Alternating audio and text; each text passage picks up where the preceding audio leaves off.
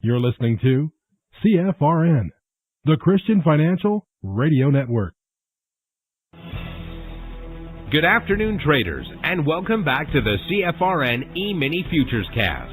This is the daily broadcast of Indeterminate Length, where we discuss all things Emini, along with some really big ideas on the finer points of trading gold, bonds, crude, sugar, the euro. Joining us today, Mr. Michael Borth. From our trading desk in Chicago, Mr. Burton Schlichter. Now, to get things started, let's go to our host and founder in Studio A, overlooking South Mountain, America's largest city park. Here's Dwayne.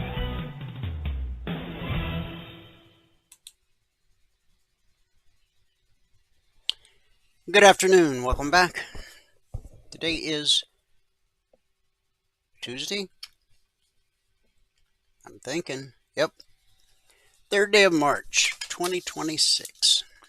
Thanks for joining us. Whoever you are, wherever you are, we're just glad to have you right here, right now. We do 2 live broadcasts every trading day. The first one, that's our live training room. So to get in there, you got to be a member or taking your 1-week free trial. If you've not taken your 1-week free trial, when Michael joins us at the top of the hour, he'll walk you through step by step how to take the trial. There's no credit card required, and you not only gain access to the live trading room, but you also gain access to everything we do the other 22 hours of the day. We treat you just like you are already a member, a genuine passport holder for 5 consecutive trading days. Weekends don't count against you. Now, the reason we do it the way we do it and don't ask you for a credit card is because at the end of your trial, we want you to be able to make a well-informed, intelligent decision as to whether or not trading is right for you. So, the free trial's on the house. That's on us. You don't have to worry about that. Just focus on what's being taught during the trial so you can make that all-important decision at the end of your trial. And again, at the top of the hour, Michael will walk you through the steps. It'll take about 3 minutes. We'll get your indicators up and indicating today. Your trial will officially begin tomorrow, and then we'll run all the way through next Tuesday afternoon. Okay. Now, when the live training room ends each day at 11:30 a.m. Eastern, we do take a 30-minute break and come back for this broadcast, the noon broadcast, which is open to the public. Everybody, everywhere on planet Earth with an internet-connected device. There's 2 different ways to join this afternoon broadcast live. The best way, you only have to do it once. Go to mytradingiq.com. Scroll down the page to where it says Noon Broadcast. Click the link, fill out the 30-second registration form, and you're done. What will happen going forward is every trading day, you'll get an email about an hour before this broadcast starts. In the email, there will be a link. So at 12 noon Eastern, all you have to do is click the link in the email, and it automatically logs you into our platform. The benefit there is you immediately have access to the question box, so you can ask questions and participate in the discussion. Now, there will be days you're out of the office, away from your desktop, but you still want to join live. And some days you'll just be busy. So you can't join live, but you want to get caught up later. You can do both of those via our YouTube channel, which is easy to remember, youtube.com/CFRN. That's the Christian Financial Radio Network since 2005. Not only do we broadcast live every trading day on our YouTube channel, as we're doing right now, simulcasting, but we also archive each and every daily broadcast. Currently, there's over 2,900 daily episodes archived for your educational and viewing pleasure. And if you're new to our neck of the woods, it's a great way to get to know who we really are.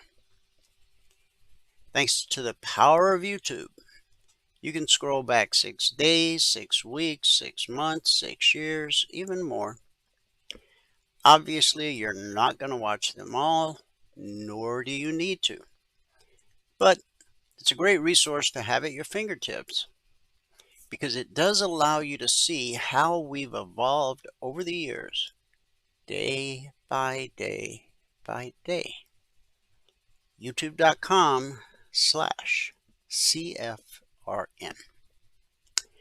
On the left side of the screen, you'll see our schedule for each afternoon broadcast. Right here, 1 p.m. Eastern, that's where Michael's going to join us and give us a recap of what happened in the live training room. Then do a little live trading as time and the markets permit. Right now, we're going to dive into our daily devotional. And we're taking a one-day hiatus from the devotional that we've been on now for about a week, and we still have a few weeks to go. We're going to switch it up a little bit today. Faithfulness in the morning.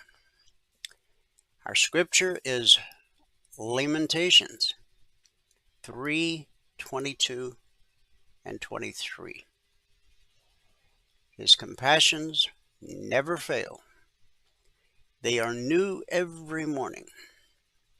Great is your faithfulness. Have you ever lost sleep because your mind and heart were busy or burdened? Of course you have. You can lie down and try to fall asleep, but sleep doesn't come. Jeremiah surely knew what that was like. He often poured out his heart and soul to God and to his people. But most of the people ignored what he had to say as God's prophet. At times, he was even put in prison for speaking God's word. You know, that's still happening in places around the world today. That and worse. Jeremiah lamented over the people who denied God and persecuted him, talking about the one true God. The book of Lamentations is a brief collection of some of those laments, hence the name. They are a companion piece to the narrative provided in the book of Jeremiah. Jeremiah had done all he could to bring God's word to his people, but it was not enough. Even so, one of the great hymns of faith, "Great is thy faithfulness," arises from the passage we've read today. I've often wondered how a great song about faithfulness could be born out of lament. Yet this is a key insight for us to ponder.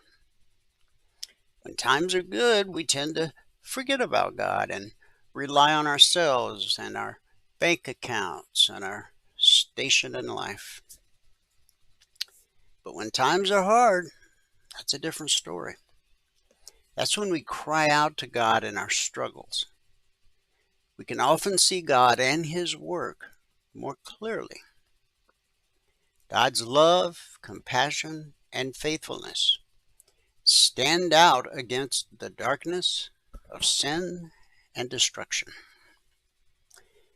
God is with us always, and he promises new beginnings and new life each day to all who seek him.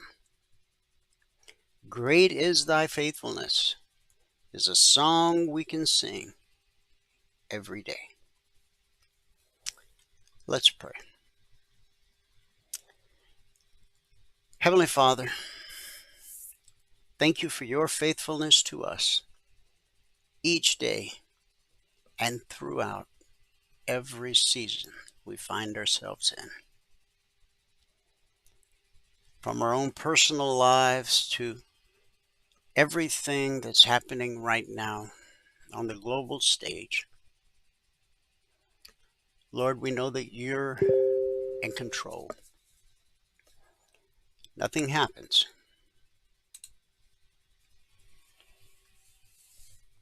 without your knowledge and without your nod. Our job is to understand that and to put our trust and faith in you and to be thankful and grateful for the many, many blessings you've bestowed upon us. It's in Jesus' name we believe and pray. And everybody said, Amen.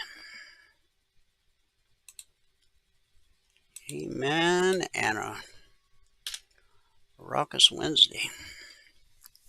Let me give you the numbers from around the world. Start here in the U.S. with the cash markets, or the indices as they're called. Now this is going to sound bad, but trust me, it's not as bad as it was a few hours ago. The Dow is down 708 points, roughly 1.5%.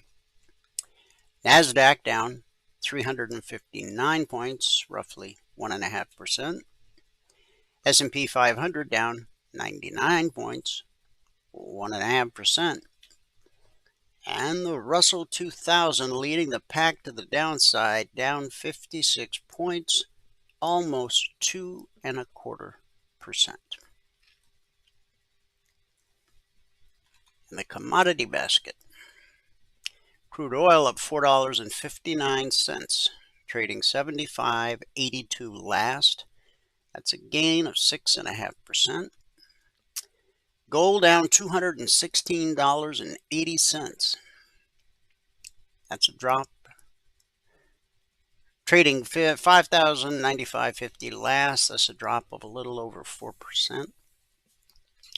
Silver down $6.64. Trading 82.20 last. That's a drop of basically 7.5%.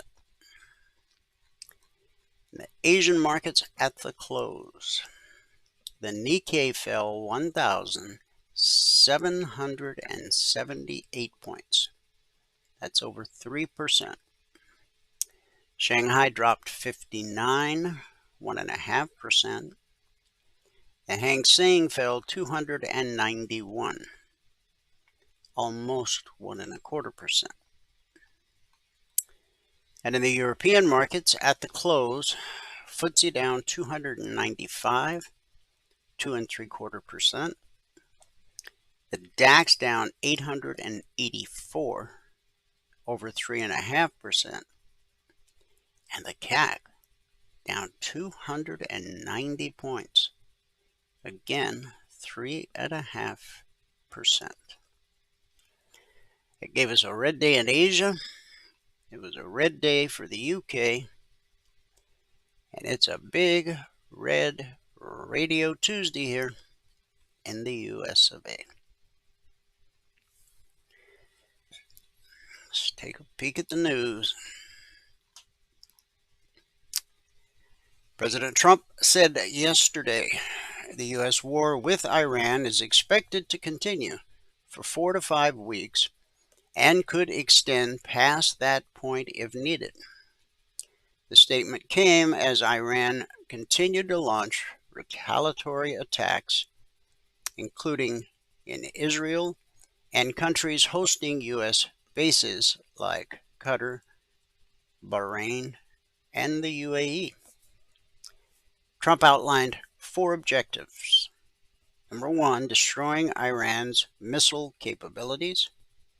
Number 2, wiping out its navy. They had 11 ships. They're all 11 are now on the bottom of the ocean, on the floor.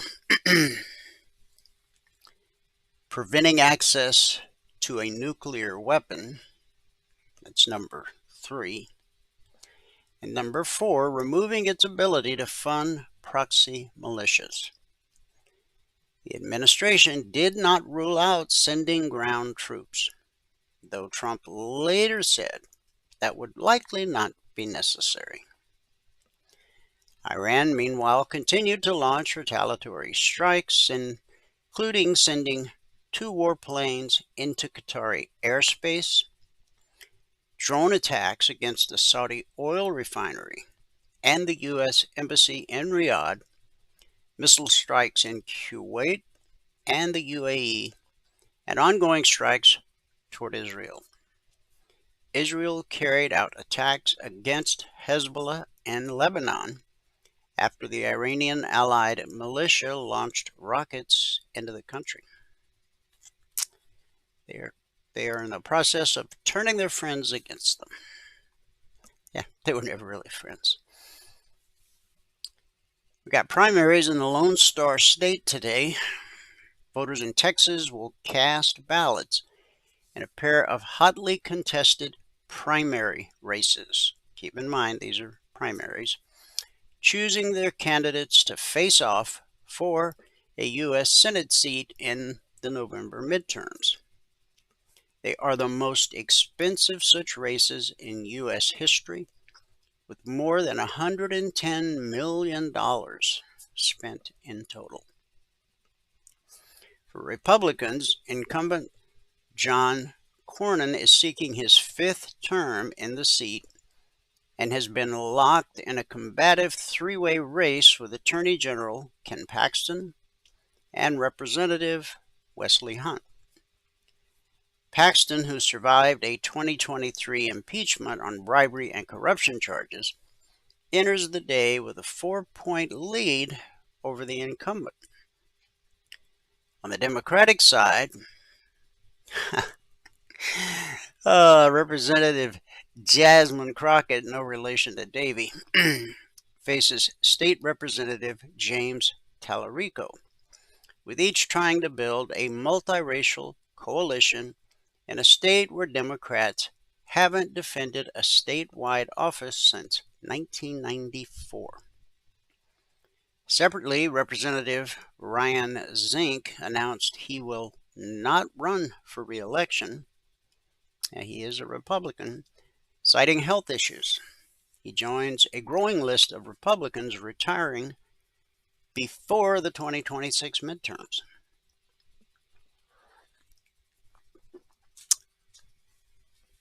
Opening statements began today in a federal antitrust lawsuit against Live Nation. The Justice Department, 39 states, and the District of Columbia allege the entertainment giant pressured venues and artists into exclusive deals, stifling competition and driving up ticket prices. Founded in 1996 as a concert promoter and venue operator, Live Nation expanded into ticket sales after a $2.5 billion merger with Ticketmaster in 2010. The DOJ approved the deal on the condition that Live Nation not force venues to use its ticketing services, a term officials accuse the company of repeatedly violating. The DOJ claims, for example, that Live Nation diverted tours from New York's Barclays Center after it briefly left Ticketmaster for SeatGeek in 2021. Live Nation denies the accusation. If the DOJ prevails, consumers may be entitled to damages. Yeah, everybody will get $1.85. I'm just kidding. You'll probably get $3 at least. And Live Nation and Ticketmaster could be split up. The combined company reported roughly $25 billion in revenue last year, hosting about 55,000 events and selling 646 million tickets worldwide. Now, if you've ever wanted to go to a concert of late, I'm not talking about when we were kids, That was long before the internet, and that was long before the software that allows behemoths like Live Nation. The second tickets go on sale for your favorite artist. Live Nation utilizes software that instantly goes in and buys every single ticket. Now the venue is no longer in charge of ticket sales. Live Nation is. Now, I don't know if you've ever tried to scalp tickets. I tried once when the Rolling Stones tour back in was it the side somewhere in the 80s, maybe early to mid 80s. There was a Rolling Stones tour, and every venue across the country sold out. So when we saw they were coming to Phoenix, hey, this is a no-brainer. We'll go buy 20 tickets. Again, this was before the internet and Live Nation and all that. So we go and buy 20 tickets. And guess what the one city was on that tour that didn't sell out? Yep, Phoenix, Arizona. We ended up giving away the last couple of tickets just so we could get inside and watch the show that cost us a lot. Yeah. So anyway, that type of ticket scalping, it's kind of gone bye-bye unless you want to pay, $400 for a decent seat to Live Nation. You might still be able to hawk that outside the venue for 500-600. Not a business I want to be in. I learned my lesson. All right, turning to Wall Street. U.S. stocks sold off today after Israel and U.S. jets launched new strikes on Iran as the widening conflict stoked worries about a drawn-out regional war. The fresh wave of Israeli-led attacks has jolted markets that yesterday mostly managed to shake off the initial shock of the outbreak of U.S.-Iran hostilities. Major U.S. gauges staged a comeback from the Sunday night steep loss to close. It began Sunday night, and then, of course, Wall Street opened yesterday morning. You'll see it when we go to the charts. As dip buyers stepped in and bought the dip. Those dip buyers yesterday are probably stopped out today. The airstrikes on Iran and Lebanon intensify a conflict that Wall Street expects to pressure global markets. The focus is now on Tehran's response after Iran targeted oil infrastructure and other targets across a huge swath of the region, with at least 9 countries reporting hits.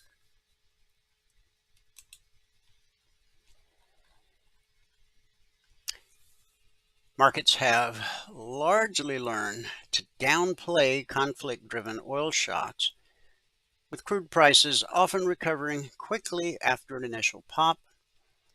But analysts say the most recent Iran strikes could be different. Oil prices have surged by roughly 15% since the U.S. and Israel began their major airstrike campaign against Iran on Saturday, killing the supreme leader, the Ayatollah, and provoking a violent and chaotic response from Iran that has engulfed the Middle East.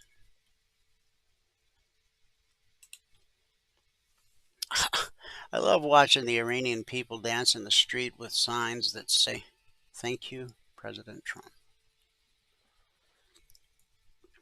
Ultimately, this is what this is about, the freedom of the Iranian people.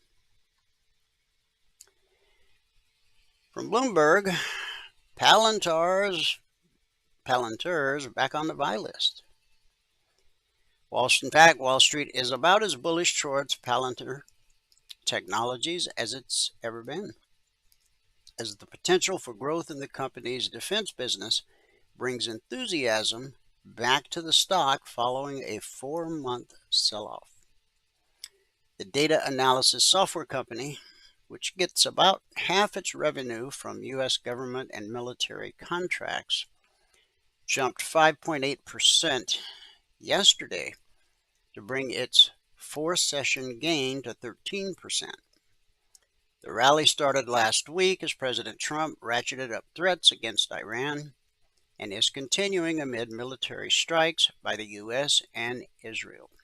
The Trump administration expects the fighting to potentially last for weeks, while Iranian officials say it will probably go on for longer. Yeah, we'll see. We shall see.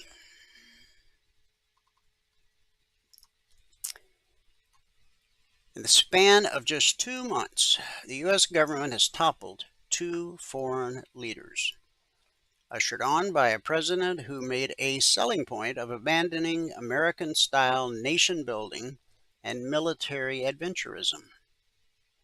After the incursion in Venezuela, President Trump turned his sights on Iran. This time, Iran's retaliation has changed the calculus, putting the situation in uncharted territory, something investors do appear to be acutely aware of. Markets provided an initial response to the war in Iran, with the impact on oil prices and inflation-related trades at the forefront. The Middle East conflict is widening just as investors are fretting about AI's economic impact. Trading for February closed in the red, punctuating a volatile period of uncertainty and second-guessing. New York Federal Reserve President John Williams said today the U.S. Central Bank is on track for more interest rate cuts if inflation pressures moderate as he expects, but he did not address the impact of the Iran conflict on the economy. What he did say was monetary policy is currently well positioned to support the stabilization of the labor market and return inflation to our 2% goal. Man, it's been an elusive 2%. I gotta tell you, especially after 4 years of Biden. And our last bit coming from Capitol Hill today. Trump exposes the crazy things Democrats believe. It shouldn't have been a difficult decision. During his last Tuesday's State of the Union address, President Donald Trump issued a challenge to the members of Congress before him. If you agree with this statement, then stand up and show your support. The first duty of the American government is to protect American citizens, not illegal aliens. Republicans stood and applauded. It's one of the longest standing ovations I think I've ever seen.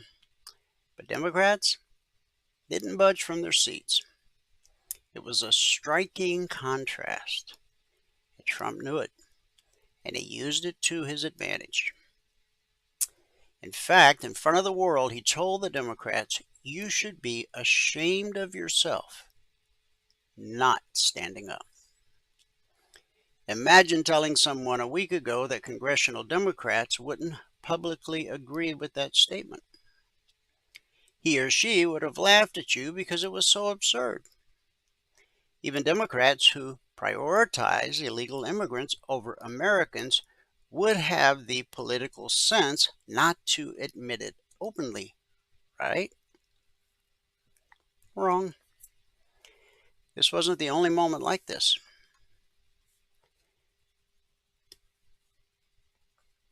You know, for the sake of time, I'm sure you either watched it live or you've seen sound bites, or you've gone to YouTube or somewhere else and just watched it in its entirety. So I won't go through all of the instances, but that one right there. Basic question. What is the role of the American government? To protect American citizens or to protect illegal aliens? If you think it is to protect American citizens, please stand.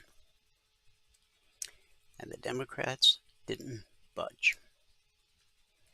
So, as you head off to the midterms, you really should think, do you want to start learning to speak Mandarin? If Republicans don't get out and vote, that's coming next.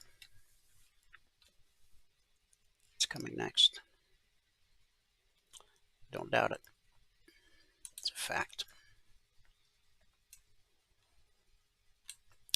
All right, Logic 247. We're currently in week 396. Over the last 396 weeks, we've issued over 21,600 individual handcrafted alerts. And what we've averaged on a weekly basis is 20% or less of the alerts being stopped out based on simple market structure. A simple process we teach all of our passport holders. Now, last week, week 395, this is how we ended the week. 52 alerts issued, 8 never triggered, 44 actionable, 5 or 11% stopped out. And this is what things looked like yesterday when Valerie did the recap at 8 a.m. Eastern. And today she did the recap at 6:30 a.m. Eastern. So what does this tell us? It tells us that since the markets opened Sunday night at 6 p.m. Eastern, we've issued 25 Logic 247 alerts so far this week. We're still waiting on the outcome of 6, and I'm going to guess that some of those may have resolved themselves since the recap was done this morning and so early. And of course, this afternoon, Valerie will update the recap and post it in the appropriate places in Telegram. So, 25 issued this week. Still waiting on the outcome of 6 at the time of the recap. That's 19 actionable alerts, 1 stop out, 5%. The week is young. Now, the purpose of the Logic alerts is to help you learn how to read a chart. If you never actually trade a Logic alert, that's fine. Use them for the purpose intended, to learn how to read the chart, to know where to anticipate potential resistance, where to anticipate potential support, thus revealing the windows of opportunity that allow you to get your goal for the day with high probability, low risk trade opportunities. Now, the Logic alerts can come out anytime around the clock. Futures trade around the clock. We have traders around the globe. Our day session is their night session, and vice versa. Now, 396 weeks is a very long time, over 7.5 years. But many years before we introduced Logic 247, we had our original alert service, the concierge trade alerts. And they are different. In fact, they're different in a lot of ways, more ways than I can tell you about today. But I will say this, they don't come out around the clock. They're published as a static report, typically 5 minutes ahead of the Globex Open. So this Tuesday session we're in right now began last night at 6 p.m. Eastern. But all of our traders and even trial members had all of these targets 5 minutes before the market opened. The S&P 500, the Dow, the Russell, crude oil, the NQ, gold, and silver. So let's go take a look. We'll start where we always do with the bellwether.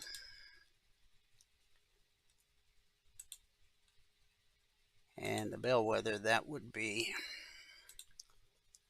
the S&P 500 Emini futures. And this is the daily chart. All right. So this is where we closed on Friday, right there. And this is where we opened Sunday night, way down here. And then we continued to drop. Then we recovered. And then yesterday we finished green. As you can see, that little wick back there, it ran right up and touched that green line. Price always reverts to the mean. In our case, the mean is this green line. We call it the BBC. Just stands for bull bear cross. When price crosses above the green line, we're bullish and expect higher prices. When price crosses below the green line, we're bearish and expect lower prices. Higher prices, lower prices, higher prices. Pretty simple. But remember, price always reverts to the mean, as it did on this day, and this day, and this day, and this day, and this day, and this day, and this day. Now, what's even more interesting is that the pullback to the BBC holds more often than it doesn't. Held this day, and this day, and this day, and this day, and this day, and this day, and this day, and this day. You're saying, well, how in the world can you say that that held? Because it's still touching the green line. But look where we found resistance, at the 50% fib extension. So, yesterday, looked like we might get back above the BBC. Although, if you missed yesterday's live broadcast, I said, I don't think so. I said, I think we're heading lower. And, well,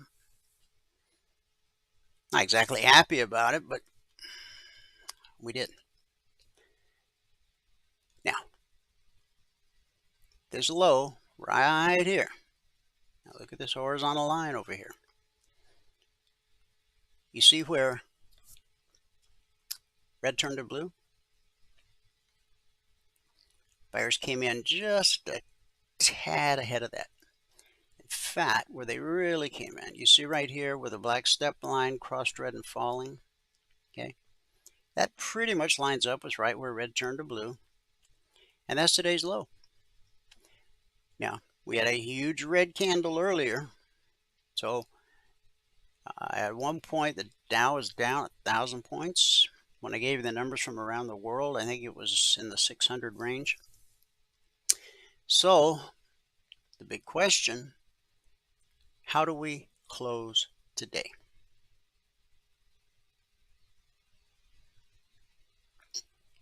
Do we continue to rally?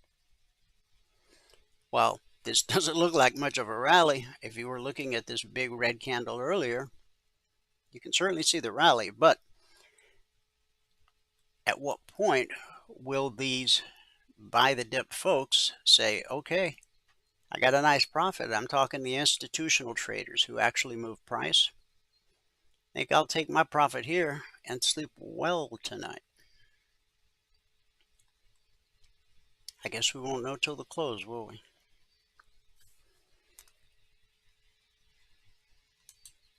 Now, all alerts, both the logic and the concierge trade alerts, are created on the 30-minute chart. Nothing special about 30 minutes other than it's the time frame I chose years ago, and I said I'm going to stick with it. If it's not broke, leave it alone, right? Okay. Now the vertical line separates today, Tuesday. Here's yesterday, Monday. And here's that nice recovery. And if I scroll a little more, there's the gap lower open Sunday night. I think that was about 56 points. But as buyers came in to buy the dip Sunday night, ran it right up to the BBC, to the tick.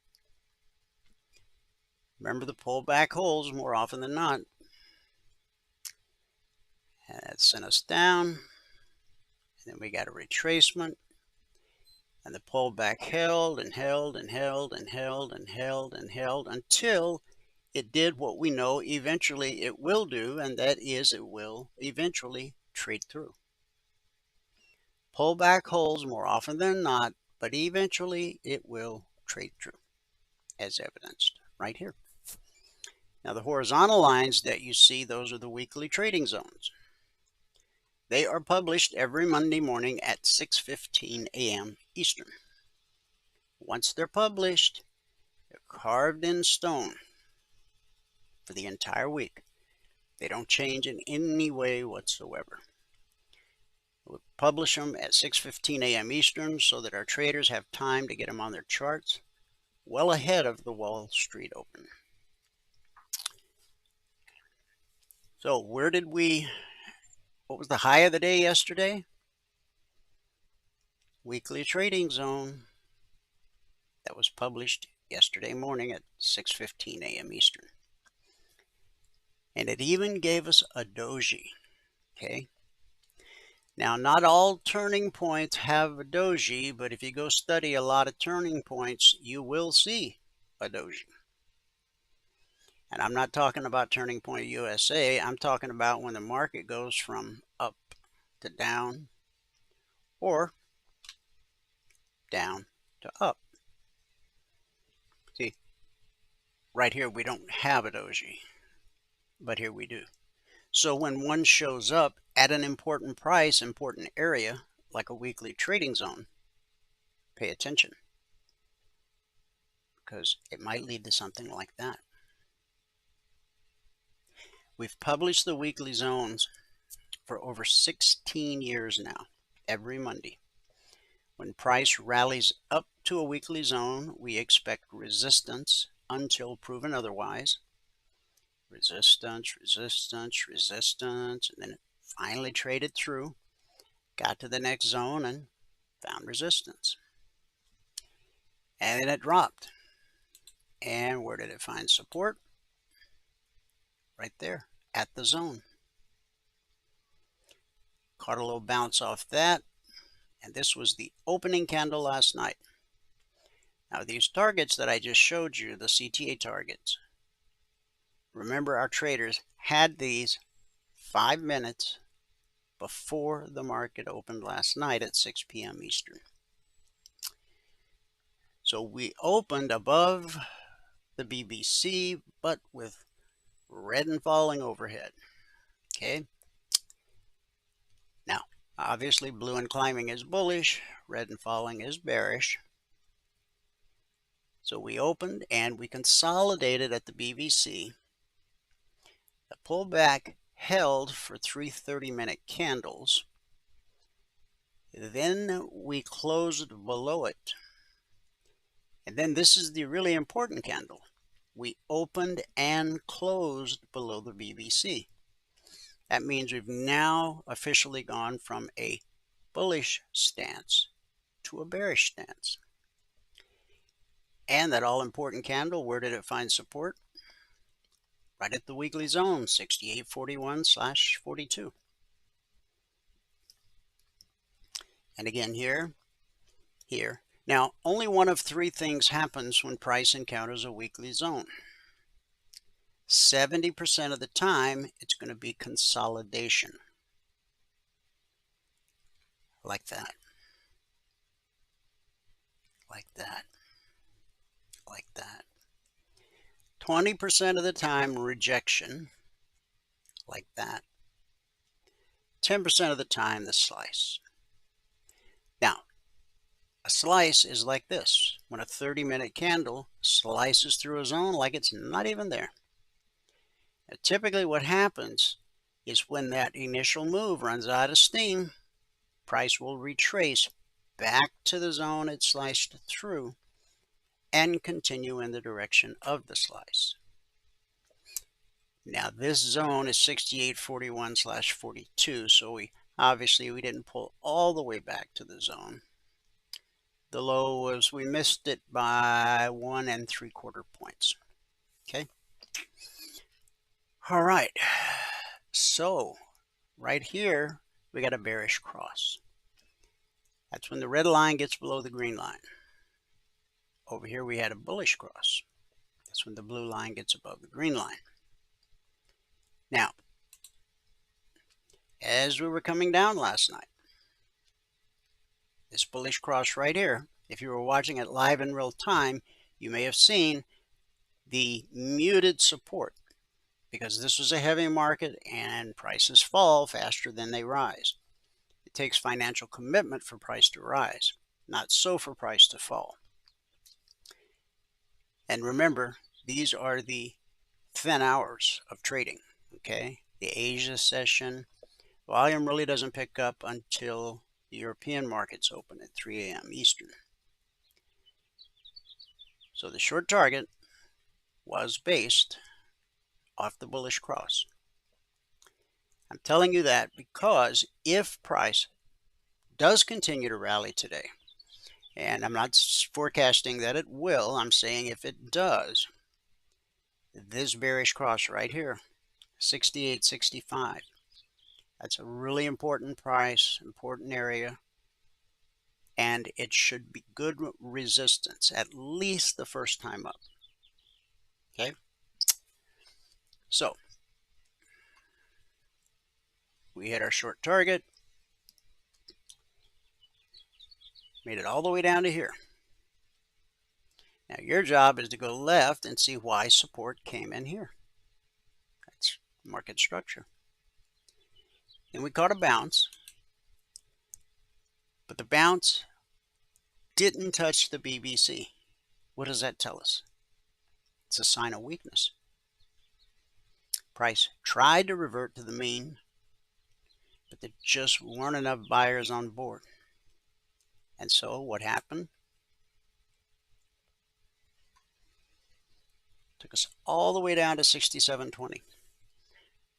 That right there is the lowest weekly zone this week for the ES, 66.88/89. Where are we running into resistance right now? Again, go look left, see why buyers chose to come in here. We managed to get through the BBC, and then we hit resistance at the weekly zone. When price drops to a zone, we expect support. When price rallies up to a zone, we expect resistance until proven otherwise. So 1, 2, 3 30-minute candles have tried to make it through this zone and so far have not been able to do so. If price continues higher, and again, that's not a forecast that it will, but if you look right here, see this wick sticking down and this wick sticking up? Put your crosshair right there. 68.13. That should be good resistance, at least the first time up. That's if we continue higher. Now, right in that same area, you'll notice that the black step line crossed back to the left side of red and falling. See, this is unusual. When the black step line crosses red and falling, we typically see a retracement to the BBC. But the markets were so heavy, it pulled the step line back to the left side. And when you see that, man, you should be all over that thing. Okay. So we got a bounce. Didn't work out. Found some support at blue and climbing. This time we did hit the BBC. And again, the pullback held. Sent us here. Institutional buyers bought the dip. drove us up to the BBC, and the pullback held until this candle, where we both opened and closed without touching the green line. But we're still struggling to get through this zone. Now, this zone yesterday was good support. Today, good resistance.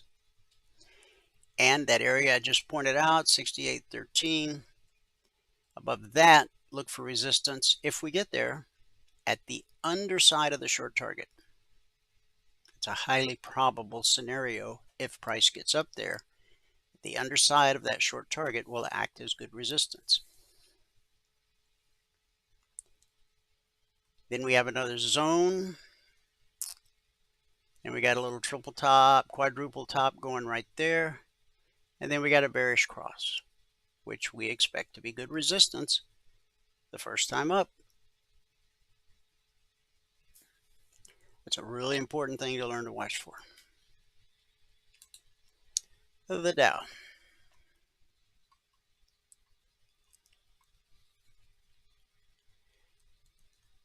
As you can see, support at the zone, resistance at the zone yesterday. But we opened last night above the BBC, but again with red and falling overhead. That's bullish, that's bearish. Now when the black step line crosses blue and climbing, you immediately expect a retracement back to the BBC. It may not happen immediately, but immediately you know to expect a retracement. Okay, we got it. Bounced right back up to resistance at the zone. Okay, creating even a little head and shoulder pattern there. We're not really pattern recognition people, but sometimes they just jump out at you. So down we go, we get below the BBC, then we open and close below the BBC, and then down we go to the short target. Hit it to the tick based off the bullish cross.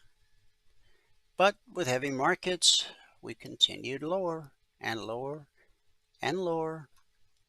This is the lowest weekly zone this week. Now, the highest and lowest weekly zones, that's not a forecast that we're going to necessarily hit either one of those. What the zones do are they create sort of a playing field, if you will. Imagine being at a football game, an American football game. You're sitting at the 50-yard line. If you look to the left, you got the 40, the 30, the 20, the 10, the end zone. You look to the right, same thing. What the zones do is they give our traders an outline where they should expect price to move within for the week, and where there are areas most likely for the market to find support or resistance. So as happens 70% of the time, what are we doing now? We're consolidating at the zone. Now right here, see how the step line crossed red and falling? We tried to get back to the BBC, revert to the mean, but the zone came into play. And that sent us lower. Do yourself a favor, look left, see what happened there. Buyers came in, drove us up, and we're now consolidating at a zone as we do 70% of the time. If we should continue to move higher, look for resistance right here around 48,435, 48,470, and then right here at the underside of the short target, and then the zone. Now we got a lot of blue and climbing. If we continue to consolidate, we're going to get more and more blue and climbing, and the more blue and climbing you get, the better the possibility or probability that this will be the time price trades through the BBC. Pullback holds more often than not, but eventually, after all this holding, eventually it's going to trade through. Okay. On the Russell, Here's where we opened last night. Got below the BBC. Consolidated here at the weekly zone. Continued on down to the short target. Down to the next zone. The next zone. This is the lowest zone this week for the Russell. We got blue and climbing showing here. We're above the BBC. However, every one of these three candles are all touching the BBC. We need a candle to open and close above the BBC to get out of this bearish mindset and to actually believe it's something more than a dead cat bounce. And look at where we found resistance, right at the zone. On the NQ, here's last night's open. You can see yesterday's high was right at a zone. Support at the zone. See that? Consolidated. And then finally traded through. All right. Here's where we hit the short target. Based off the bullish cross. Continued lower. Got a bounce. Supported blue and climbing. The pull back to the BBC and the zone held. Sent us a wee bit lower. Look left. And then here we go.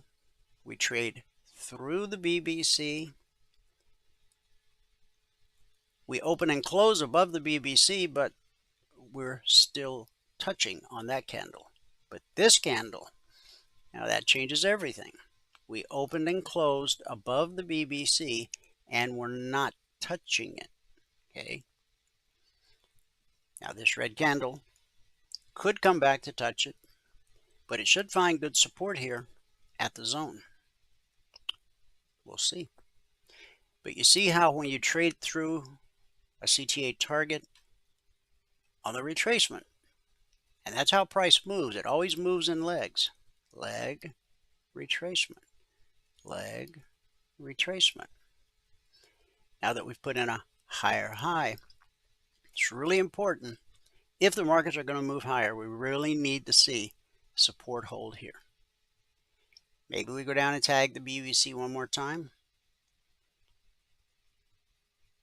But it's going to give you an idea of what the institutional traders are thinking. Okay. And the action they take is what moves price. So the underside of the short target became good resistance. Those other markets we just looked at, you should consider you're going to see a similar scenario there. Crude oil, here's where we opened. Got above the BBC, red and falling right there, turned to blue and climbing. And by 2200 hours, we had hit the long target. We consolidated for quite a few hours, made it up to the highest weekly zone for the week on crude, where we consolidated. We then continued higher. Now you might be wondering, if you're new to trading, is this the highest crude has ever been? Far from it. Okay. Now, by close of business on Friday, even though we're above the highest weekly zone right now, by close of business Friday, we expect to be at or below the highest weekly zone. Why?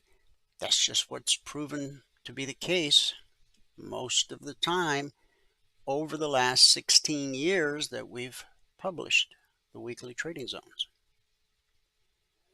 And you got red and falling overhead. You got potential support there, and then the zone there. Oh, I think Michael... I'm here. Oh, okay. Okay, Jeff, you're having a hard time seeing how I calculated the CTA short for the NQ. Oh, I didn't see your question earlier. It's quite simple, the bullish cross right there. Do you see where the blue line got above the green line? fact, right at that point, both the step line and blue and climbing got above the green line. That's called a bullish cross. And that's what the short target is based on. And had you been watching it in real time, I don't know how long it took for price to go through, but these are by far not normal market conditions, but that's exactly where it came from. Got it? Okay. All right. And you'll see that again, Jeff. Like the last cross that happened earlier, today, or yesterday, I guess, where it crossed down, the MA1, the red and falling crossed down below the BBC.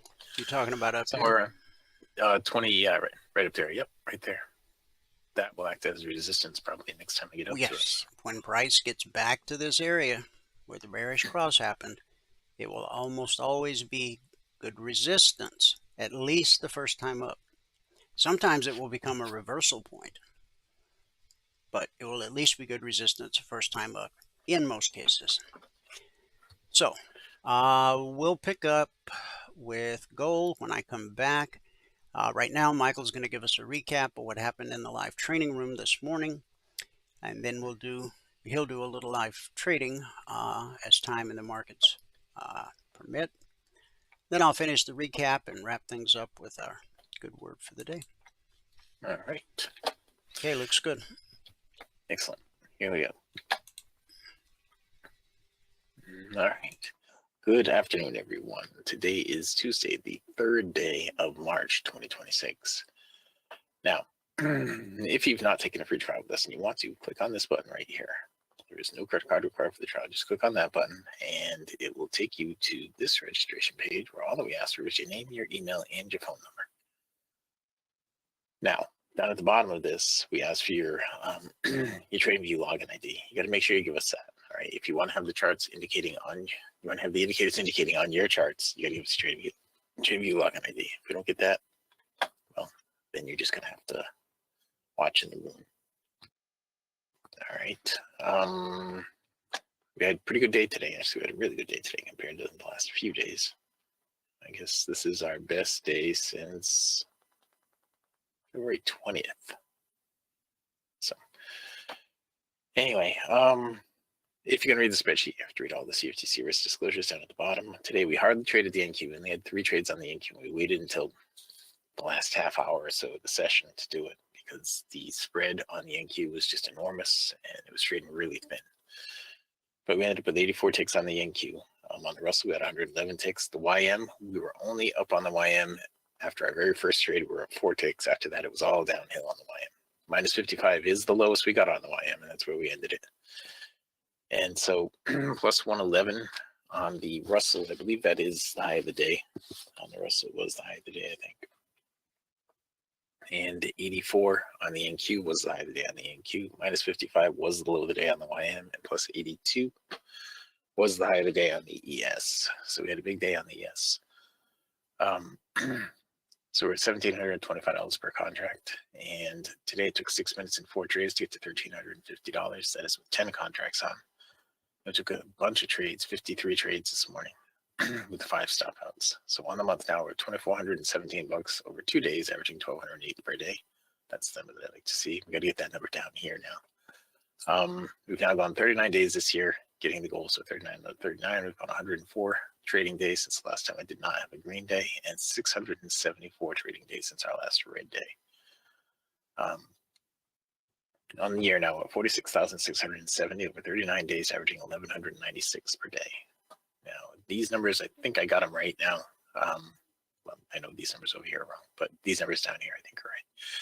Following the 24/20 blueprint, so far this year, you would have only had to work 4.26 hours.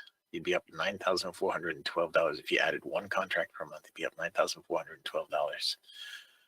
And you'd be averaging $2,206 per hour on the year so far. I don't know what I did with those numbers, but I'll figure it out some other time. All right, so let's get into the trades that we took. The Russell, the ES, and the YM is where the majority of the trades were. Let's just go through the NQ really quick and get those out of the way. Okay.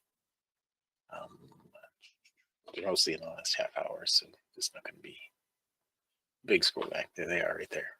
Our first trade on the NQ was right here. We picked up 8. Our next trade, we picked up 50. And then we picked up, it looks like 16 on that one. And that was it. Got us to 84. And that was it for the NQ. Let's go to the end of the NQ right now. And we do not have a trade right here right now. Yes, Scott, I know you are not in here right now. Okay, that was something else.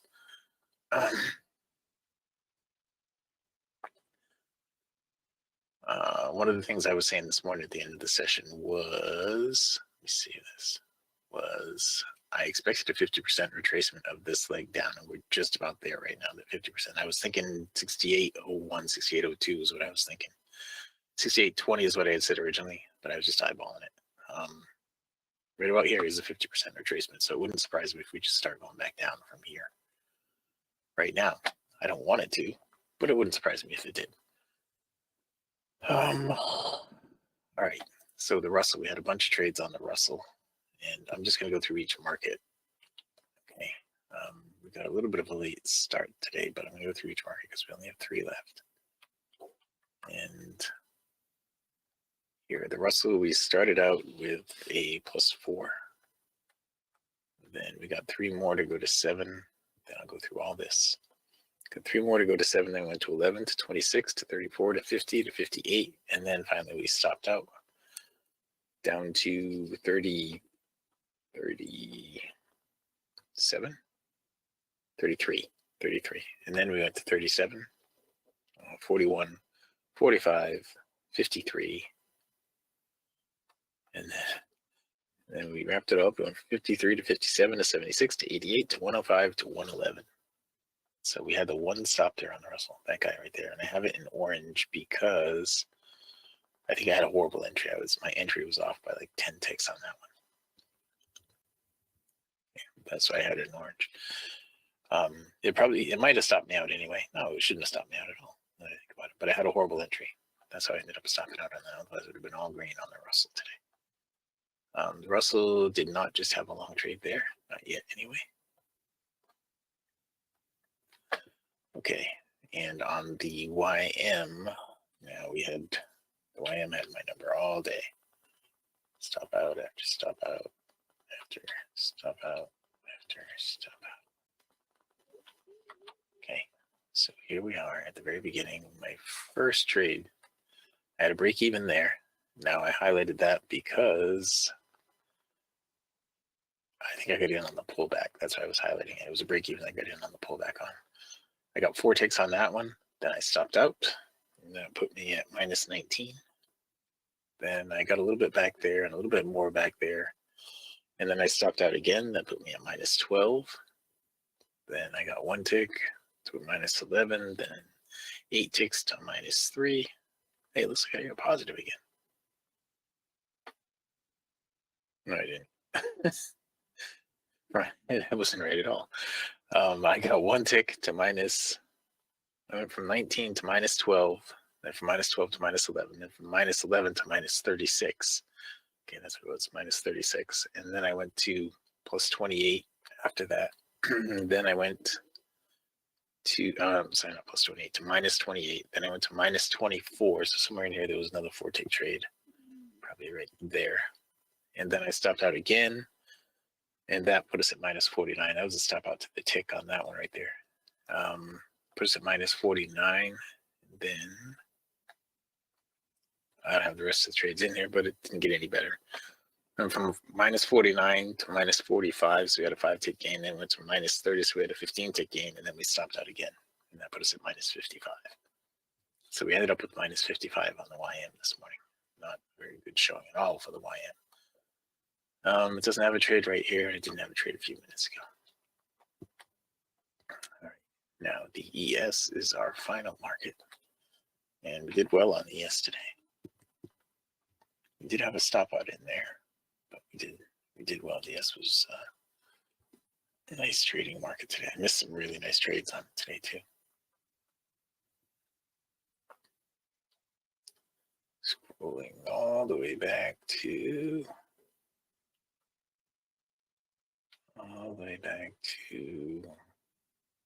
here. All right, so our first opportunity on the ES was right there. I got a break even. And the next one I picked up 8 ticks. It looks like I waited a little while and I picked up 10 ticks to get us to 18. Then 3 ticks to 21. That wasn't on the mid band right there. Then 5 ticks to 26. That didn't come out of the overbought. That's why those are different colors. And then went from 26 to 50. So 24 tick trade right there. That was a big trade. From 50, then we stopped out. So we went from 50 down. That doesn't make sense. It's just going from 26 to 50, then 50 to 34, then 34 to 67. So there's a stop out in there somewhere, but my stop out's only 10 ticks on the ES. So I don't know why I went from 50 to 34. But then we went from 34 to 67, then 67 to 73, then 73 to 75, 75 to 80, and 80. There's another stop out in here somewhere. There it is. This is where we went to 80. Then we had a break even. Then we stopped out. We went down to 70. And then we went to 78.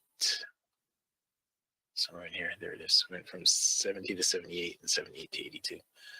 I think I missed a big trade in here somewhere. But anyway, 72 is what we ended up with. I mean, 82 is what we ended up with. Sorry.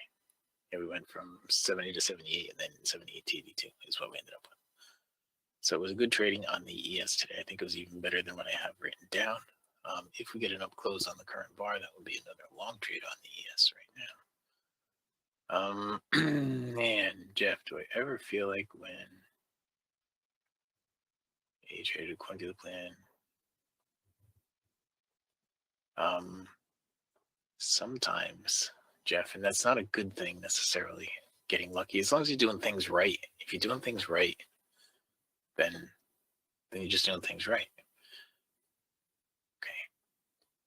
But getting lucky when you're new to trading, getting lucky is a bad thing when you're brand new, because then you start to count on the luck and it affects the way you trade.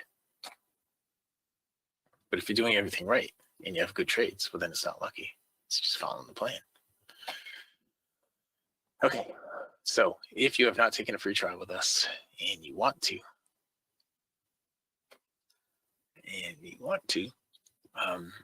just go here to mytradingiq.com, click on the purple button. There's no credit card required for this trial. Click on the purple button, and it will bring you to the registration page right here. Right, all we ask for on the registration page is your name, your email, and your phone number. Down at the very bottom, it gives you TradingView login ID, and that is it. All right. All right. The NQ is about to give a short trade here. The ES could also give a short trade. It's going to hit the mid band. The ES was looking like it was going to give a long trade a minute ago back here, but it didn't. Right. So the ES needs to hit the mid band and give a down close. The NQ just needs to give a down close, and these guys don't have anything. So the NQ's got to close down directly right now. It can't go up anymore. If it goes up anymore, it's not going to be a trade. The ES now can be a trade though on the short side. The low of this is at 72.75. So the high cannot be above 82.75. And it just got there. So forget about the NQ trade. The ES could still be a trade though. The down close on the ES would still be a trade here. This is the point where it should actually turn down. The markets, the overall markets, I mean.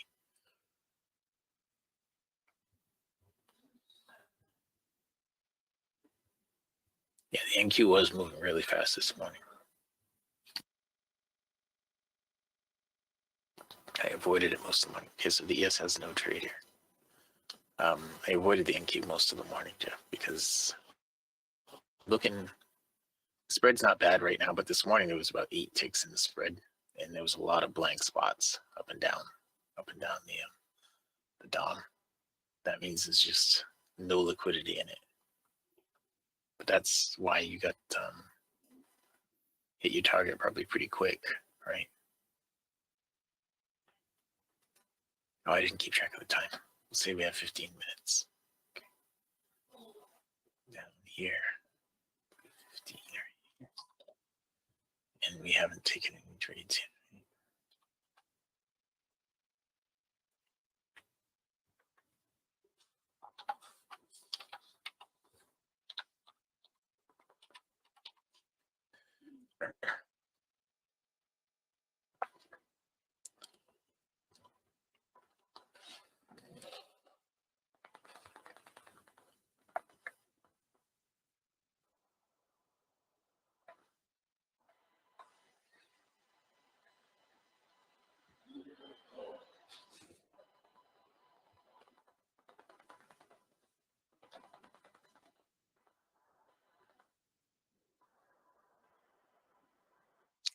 A new chart? Why do you need a new chart? Let's see, you mean a new DOM?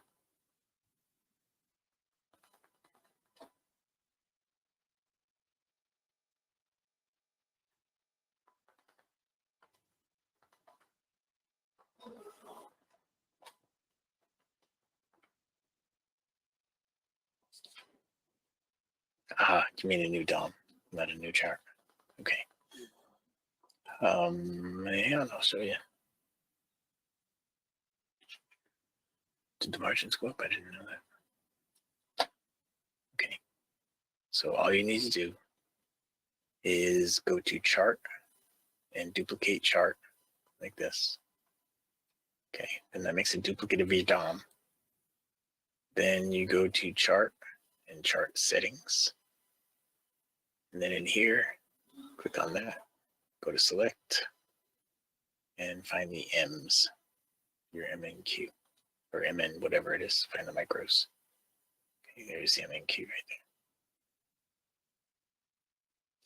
there. Right? That's all you have to do. It's not a new chart. It's a new DOM. Go to chart and duplicate DOM. It actually says duplicate chart. Duplicate chart. And it'll make a new one for you. And you're just going to change the symbol on it. Okay.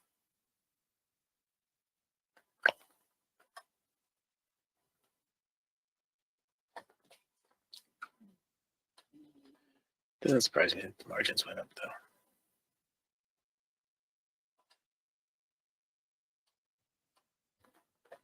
Everything's going on in the world. I was reading about people stuck in Dubai because I guess some of the Iranian missiles got to Dubai. Yes, it's got a trade here. Okay, 2, 3, 4. It should make it up to right here.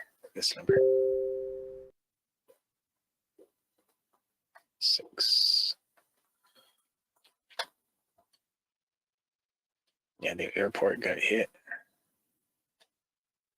And I mean, Saudi's ready to join in too.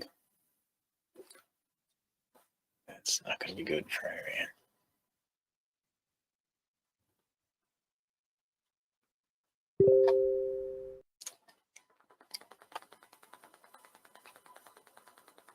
It's the U.S.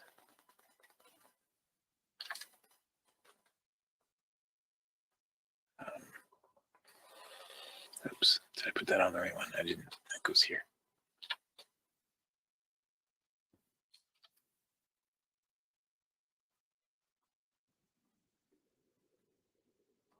There.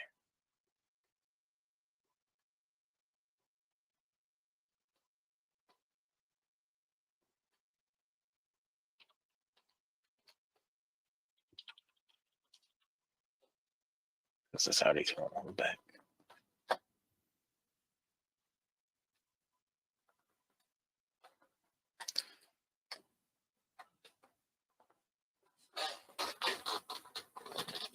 I don't think.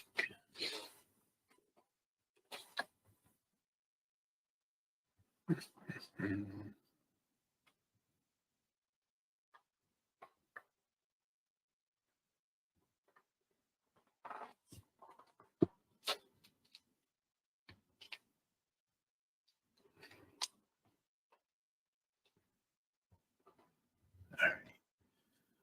So we don't have anything else here right now. It's 1:21, so we still have 9 minutes left. We have a lot of trades in 9 minutes, especially in these markets.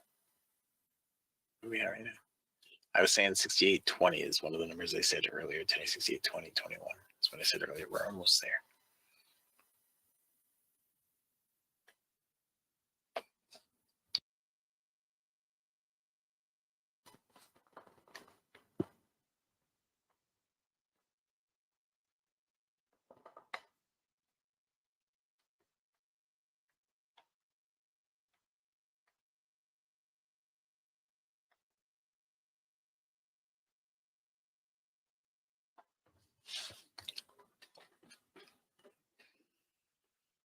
Nothing. Nothing.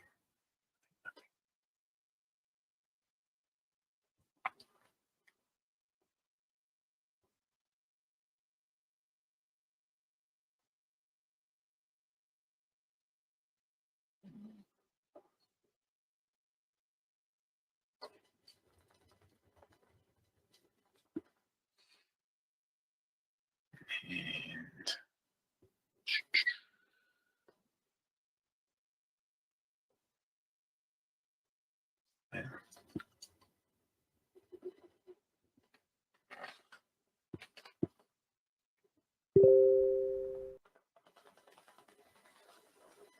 we need a down close here. Down close here. We're close to trades right now on the ES and the NQ. The ES just needs an up close now. I'm sorry, the ES needs a down close. It still needs to hit the mid band. The NQ just needs an up close. NQ just needs the up close, and the ES needs to hit the mid band. So the ES isn't a trade yet. The NQ is a trade right now. My stop just got bumped to plus 10 on that. I think let me go see what I got. It just took me out. Let's go see what I ended up getting on that. It looks like 9. Oh, actually 11. I think. I'll show you in a second. That didn't end up being a trade there on the ES. But on the NQ, that was 9. I'm right. I was right about that. 250 up to 475. That's 9.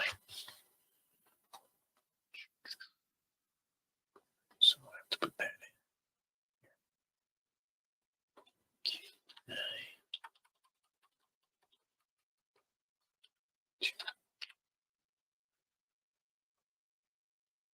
And the ES didn't hit the mid band. That's why that wasn't a trade.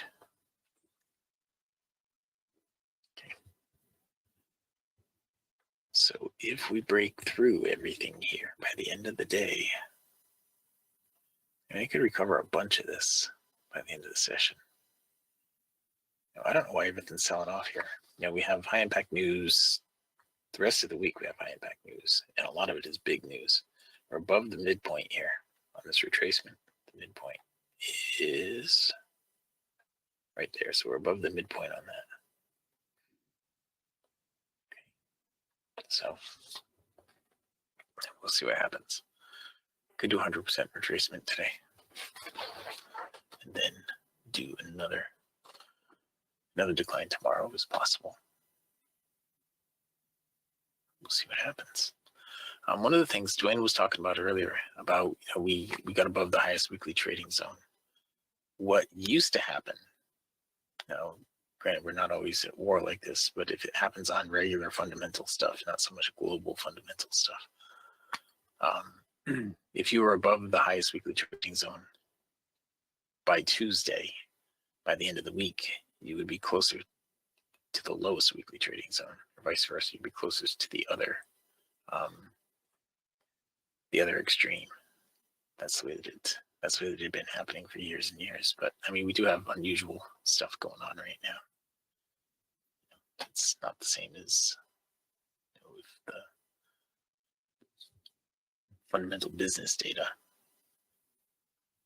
is what's changed in the markets. Okay, So this last one here that I didn't get, that went enough to get the stop to break even right now on the ES minute, and hasn't gone enough to get me to break even yet. I don't think I have a very good entry on that. But there it goes. All right, there's 4 more on that. 6 more. That is 6 more on the ES. Puts us at 12 on the ES. 30. So we are almost at twice our goal for the day in this session right now. 3 trades. Okay, the ES needs a down close followed by an up close. The NQ needs 2 down closes followed by an up close. The YM needs 2 down closes followed by an up close. The Russell needs 1 down close followed by an up close off the mid band. Okay, that's what we need.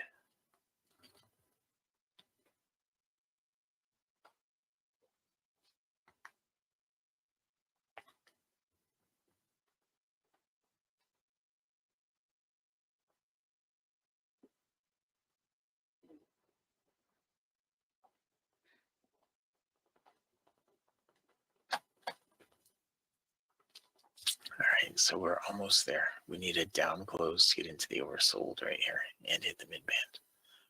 Over here, it came out of the oversold right there. It went full cycle. So now it needs a down close followed by another down close. The first down close, actually just 1 down close followed by an up close. The first down close will get into the oversold. The next up close will take you out of the oversold and cross the mid band. That would be a trade on the NQ. I don't think it's going to happen, but that's what you need. Give it up close. So I don't think any of that matters. We have 1.5 minutes left, and I think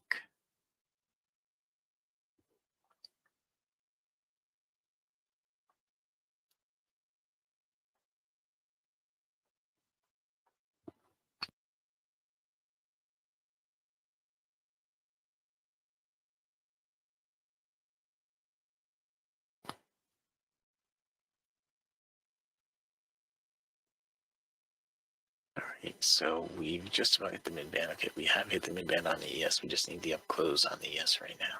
And over here on the NQ, we need a down close followed by another down close. Just need the up close on the ES.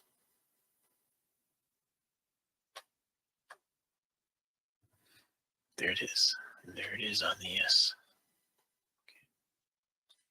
Here it is on the ES. And it looks like it's going to stop us out. And it did just stop us out. All right. Well, that kind of stinks because we're running out of time. But I think we're still positive on that. That puts us down to 2 here. And this is 4 with 1 stop. Okay. Let's see if we can get 1 more trade here. 10 seconds. 8. It's actually 5, 4, 3, 2. Let's give it another minute because I was 2 minutes late.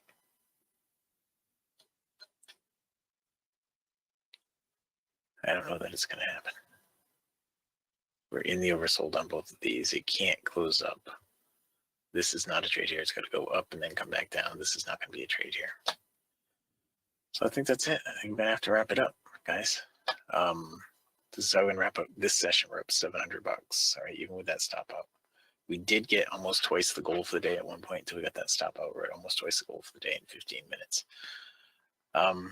So today we ended up with 9 ticks on the NQ, 2 ticks on the ES, plus $700 with 10 contracts, or 70 with 1.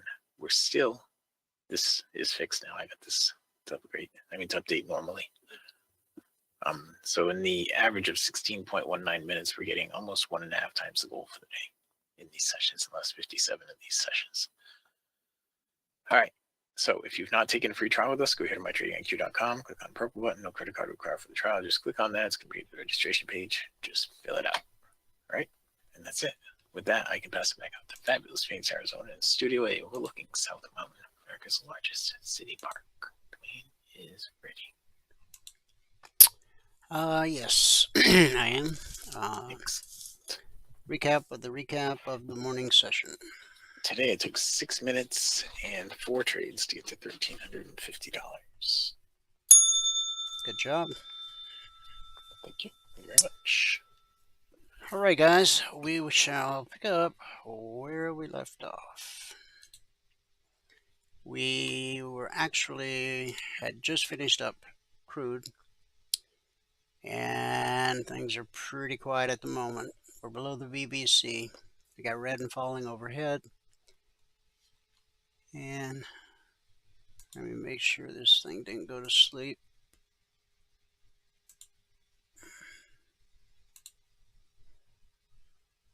Nope. Pretty quiet right now. A lot of action. So we opened and closed below the BBC here. Okay. So that officially takes us from bullish to bearish. We have potential support here,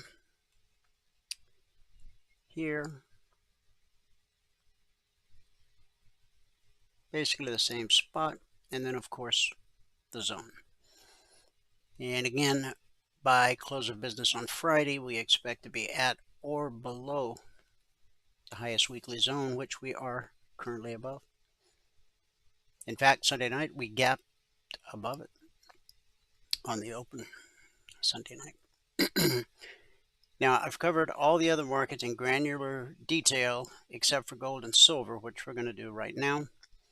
If you missed any part of today's broadcast, as always, once I sign off, you can go to youtube.com/CFRN and you can listen or watch today's broadcast in its entirety from start to finish or any points in between. Now here's gold.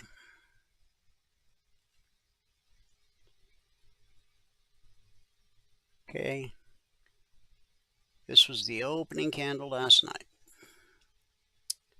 It goes right up to this weekly zone, 5372/73, where we consolidated for an hour, and then we punched through. Now, we had a bearish cross right here, okay? So we spiked it a little bit, okay? And it immediately came right back, okay? Then as we hit the zone, or we hit the BBC, that sent us back to the target again, where we consolidated for 2 hours. And then we're at the zone. And then we drop below the BBC and we find support at the zone. We spend 1, 2, 3, 4, 5, 6 30-minute candles consolidating at the zone. Now during that consolidation, we did reach down and hit the short target and then got quite a bounce back up. Now, let's just say you waited for price to get below this low right here. That would have put you in at, say 53.16, being very conservative. Down to the short target, $900 per contract traded. From here right to here. Now keep in mind this candle continued lower. I made it all the way down to 52.92. So that would add another $1,300 onto that figure I just gave you. So we caught a bounce off the short target, sent us back up to the zone 32/33, where we again consolidated, and then we dropped again to the short target, caught a little bounce. You can see the wick right there, found resistance at red and falling, and that sent us down to and through the next target. Now this low, as you can see, remember this is Tuesday, this is Monday, this is Friday. So if you look at this low right here, follow the horizontal line, We're talking about this low from Friday. Okay. Market has a memory. Use market structure to your advantage. From support, we bounced up into red and falling. From red and falling, we traded through the zone. Remember, we talked earlier about the slice. And then we retraced back to the zone we sliced through and continued in the direction of the slice. And then we found some support at this zone, 51.45/46. Bounced us back up to the zone at 23/24. Then we continued lower.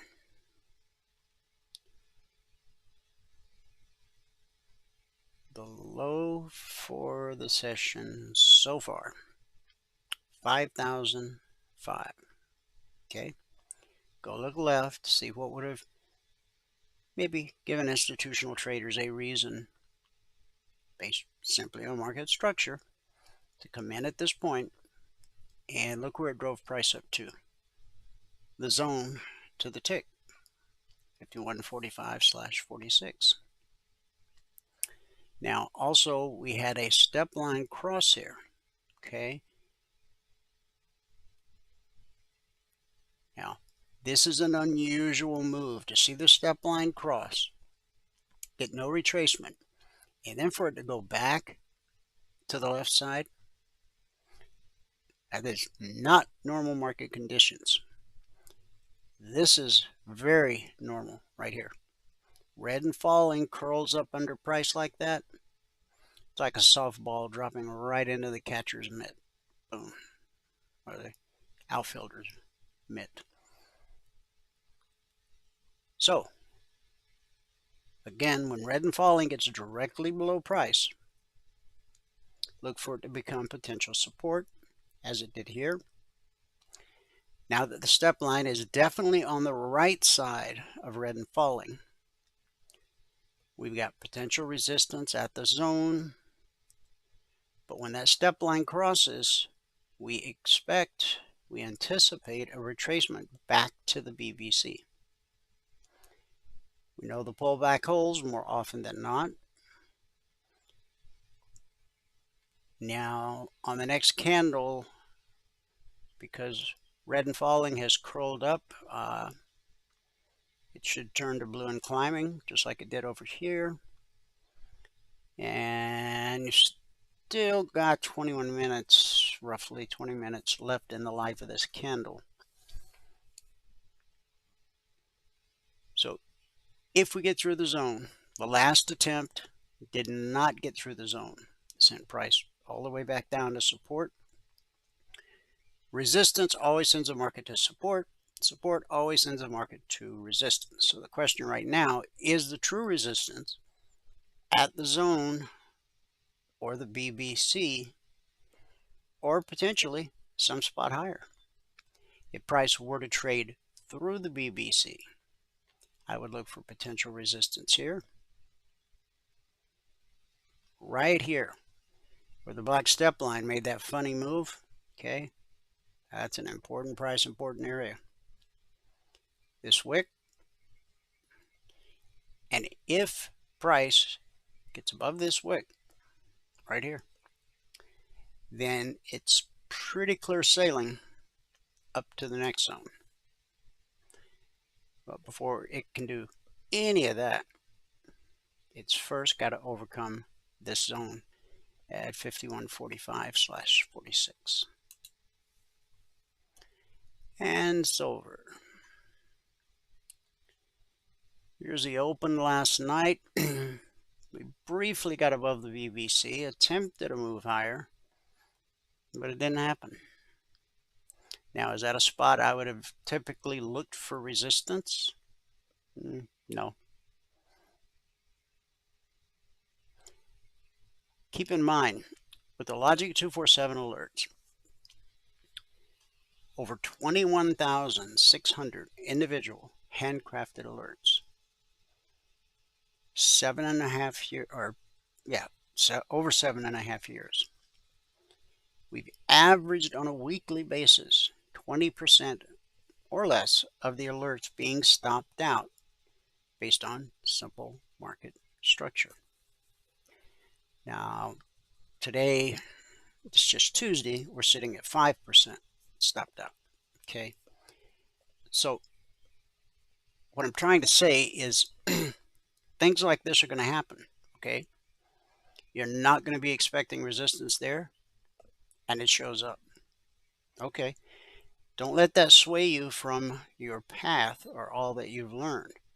Don't start with the back to the drawing board again. How many times are you going to go back to the drawing board? Okay. I'll tell you how many times. Eternally, until you accept the fact that there is no holy grail that will allow you to never be stopped out again. The only way to never be stopped out is A, never trade, or B, don't use a stop. Just blow the account up. And if that's your mindset, I recommend you find a good charity and, at least you get a tax write-off. You follow me?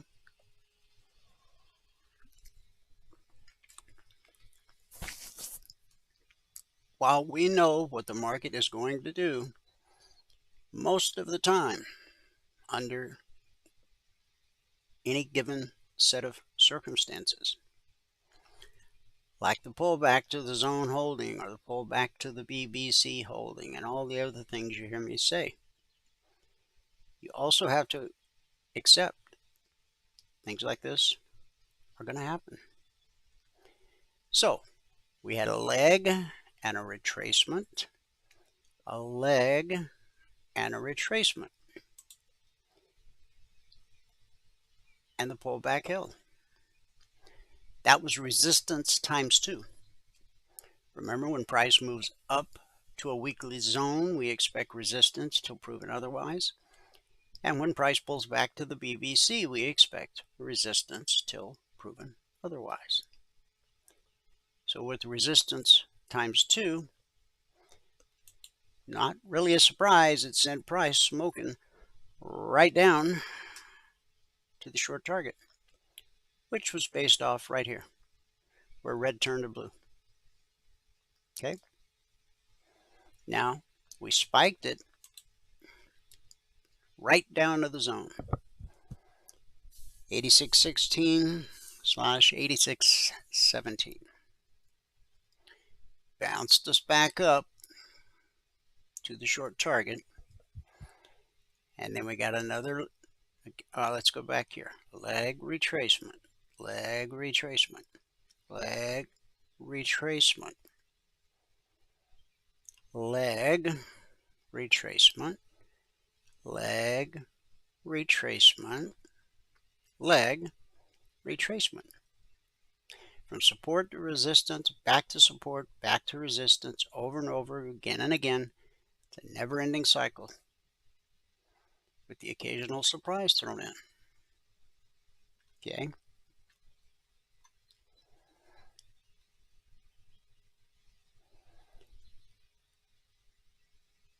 Now, this candle here was red, and that put in the low so far on the day of 78.06. A support gave us a bounce and then a retracement. Remember, leg retracement, leg retracement, leg retracement, leg retracement, leg retracement, leg retracement, leg retracement. Now price has managed to get above the BBC.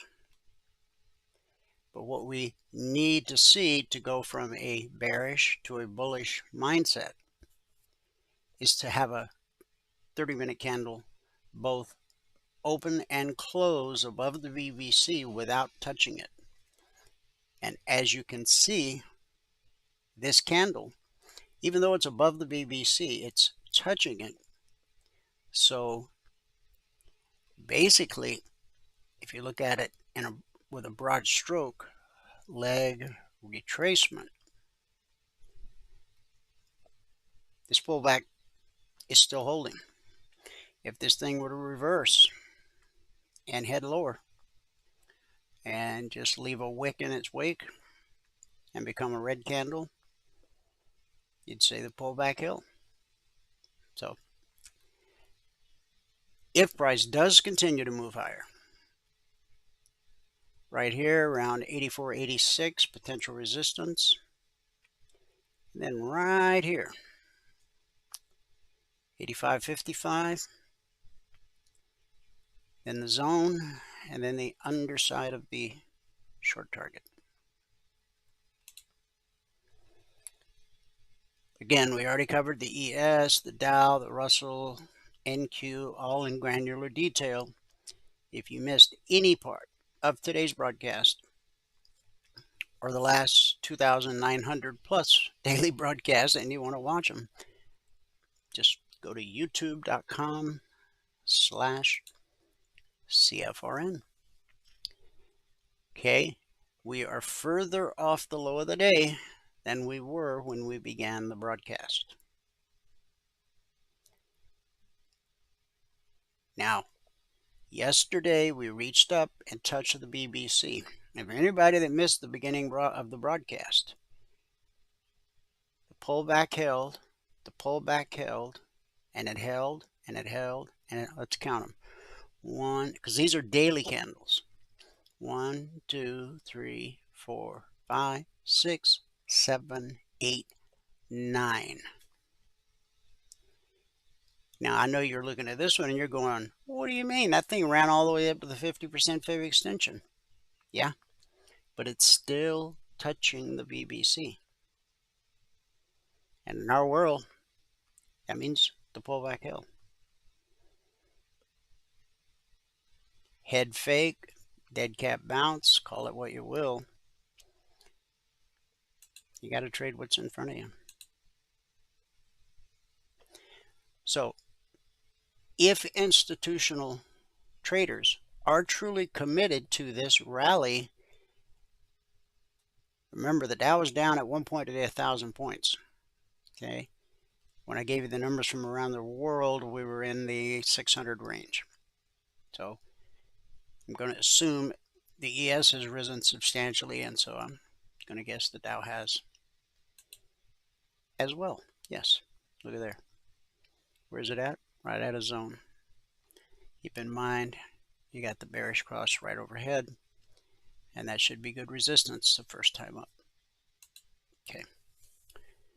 So, let's say the institutional traders floor it, okay?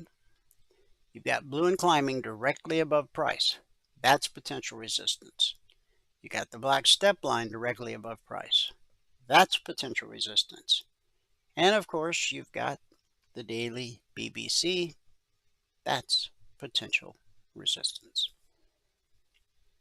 To go from a bearish mindset to a bullish mindset, we need to see a daily candle both open and close above the BBC without touching it.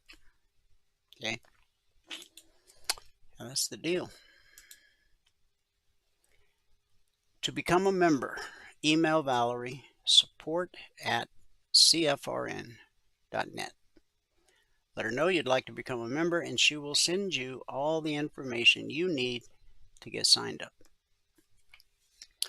So wrap this up with our good word for today. Use what God gave you. The Bible says, 1 Samuel 17:38, Saul clothed David with his armor, and David said to Saul, I cannot walk with these, for I have not tested them. So David took them off. Then he took his staff in his hand, and he chose for himself 5 smooth stones from the brook, and his sling was in his hand. And he drew near to the Philistine. That's probably one of the, well, if you remember anything from Sunday school when you were a kid, the story of David and Goliath should stand out. You see, David had to make a choice, one that would determine his destiny. He could go into battle as Saul, wearing Saul's armor, flaunting Saul's sword, and clutching Saul's shield. Or he could engage in battle as David, a shepherd with a slingshot. David chose not to wear Saul's armor or wield Saul's sword for one excellent reason. He wasn't Saul. David decided to be himself, the David that God called, anointed, and equipped for the task. There comes a time in all of our lives when we need to be brave enough to remove Saul's armor. And it takes the most uncommon form of courage, the courage to be yourself. We all begin as originals, but too many of us finish up as imitators of someone else. Instead of honoring our uniqueness and the uniqueness of others, we are too frequently intimidated by it.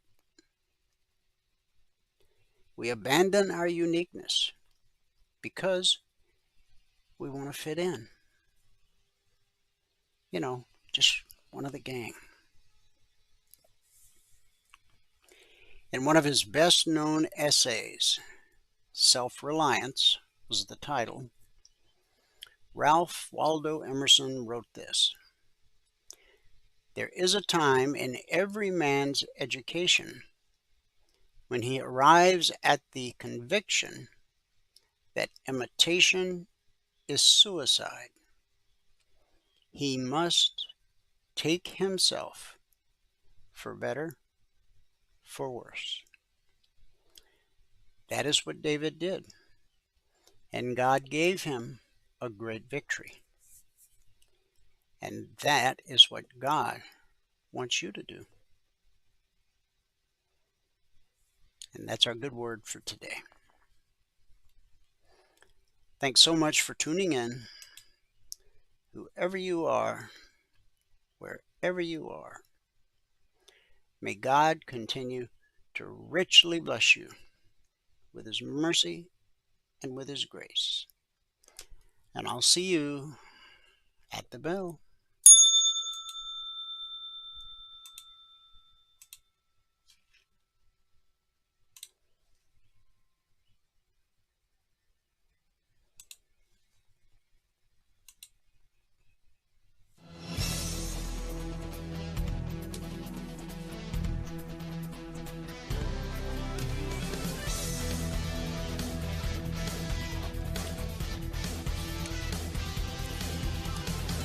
Remember this, there is no greater return on investment than to see a human life changed and given hope. As always, pray hard and trade safe. Any financial information discussed on this show is simply the opinion of our host, Dwayne Reeves, his co-hosts, and guests. To learn more about trading E-mini futures or to take a 1-week free trial in our live trading room, call 1-866-928-3310. 866-928-3310. Information discussed on this radio program should not be construed as a recommendation to buy or sell any security.